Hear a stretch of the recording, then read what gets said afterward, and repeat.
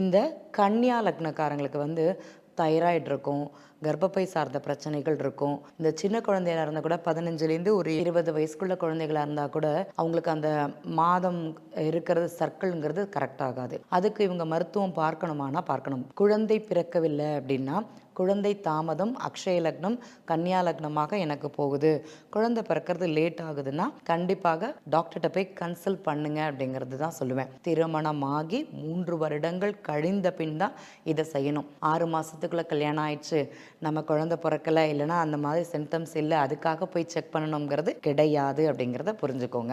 அதே மாதிரி ரிஷப லக்னக்காரங்களுக்கு கடன் சுமையினால் மன அழுத்தம் ஜாஸ்தியாகவே இருக்கும். மனம் சார்ந்த பிரச்சனைகள், கடனை பற்றி நினச்சிட்டே இருக்குதுன்னு சொல்லுவோம் அல்லவா, அந்த மாதிரி காலகட்டங்களாக இருக்கும். தலைவலி அவங்களுக்கு அதிகமாக இருக்கும். மைக்ரைன் சம்பந்தப்பட்ட பிரச்சனைங்கிறது அதிகமாகவே இருக்கும். அதே மாதிரி விருச்சிக லக்னக்காரங்களுக்கு கால் சம்பந்தப்பட்டது, சுகர் சம்பந்தப்பட்டது ப்ராப்ளம் அதிகமாகவே இருக்கும்னு சொல்லலாம். இதில் இவங்களுக்கு கவனம்ங்கிறது தேவைப்படுது. இது மாதிரி கழுத்து சம்பந்தப்பட்டது, தைராய்டு சம்பந்தப்பட்ட ப்ராப்ளம்ங்கிறதும் விருச்சிக லக்னக்காரங்களுக்கு அதிகமாகவே வரும்னு சொல்லலாம். அதே மாதிரி தனுசு லக்னம், எனக்கு தனுசு லக்னமாக இருக்குது, எனக்கு முதுகு சார்ந்த பிரச்சனைகள், முதுகு பலம் இல்லாமல் போகிறது, அதுக்கு நான் பெல்ட் போடுறது, விலா எலும்புன்னு சொல்லுவோம், அது பலம் இல்லாமல் போகிறது, அந்த மாதிரி ப்ராப்ளம்ஸ் இவங்களுக்கு அதிகமாகவே இருக்கும்னு சொல்லலாம்.